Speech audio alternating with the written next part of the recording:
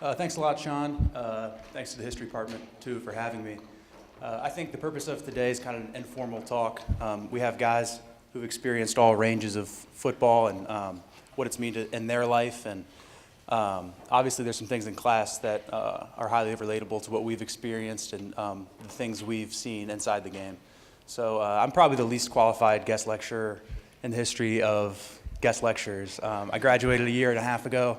I'm not a neurologist, a historian, or anything. I just have a unique perspective from having been in the NFL. So we're just going to get a chance around a lot in relation to my decision is early retirement.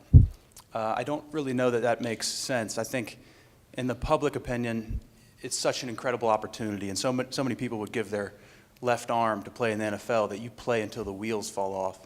And physically, I get that. I'll play through broken bones or tears or pulls.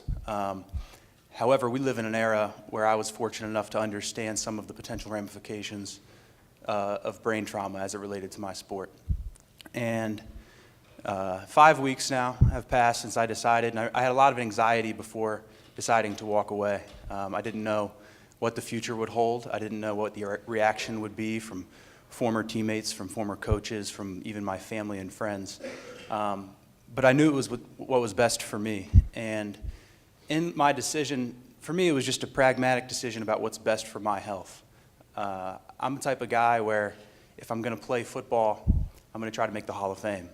And in order to make the Hall of Fame, I'm going to have to endure some things that, as a person, I didn't want to endure. So in my cost-benefit analysis about my career, when performance and health diverged and I decided they were mutually exclusive, I had to side with personal health.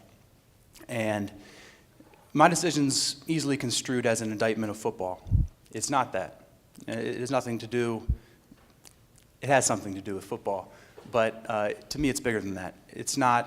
I'm not anti-football, I'm not anti-NFL or anti-college football, high school, or I am anti-youth football, but for other reasons. For me, it's about brain health.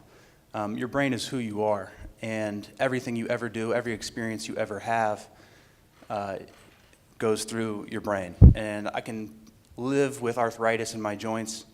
I can live with weighing 50 more pounds than I would if I didn't play football. I can live with all the stress, but I want to live a long, healthy life where I'm cognitively as sharp as I am now when I'm 60, when I'm 70. And not to say that a long career in football would mean that you can't be.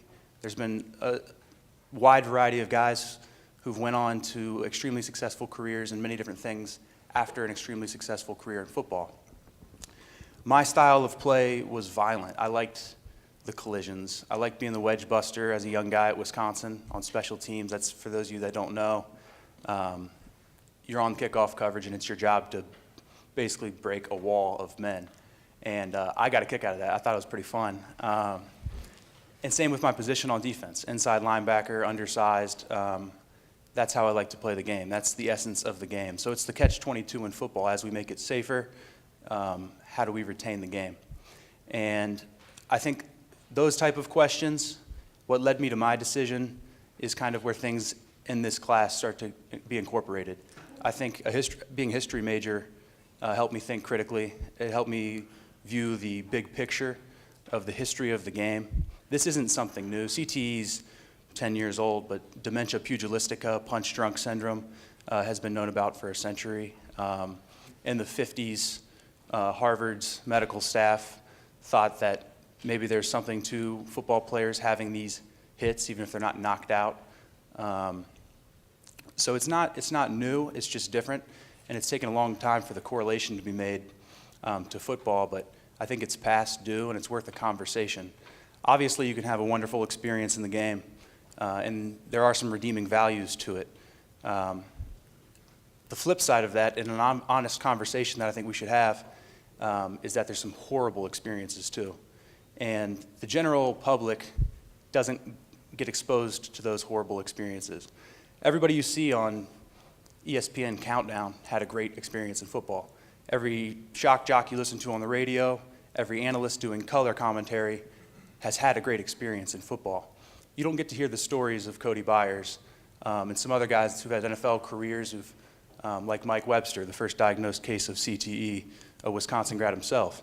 Those aren't commonplace. Those guys aren't household names. And I think just to be honest and have a good conversation and dialogue as football fans and as football players, and even if you're neither, football is such an important part of our civilization here in America that it's important just to be honest and open and discuss it. I think the game will continue to be played, and if it is, and which it will be, we need to be truthful about everything in the game. So with that, I think I'd like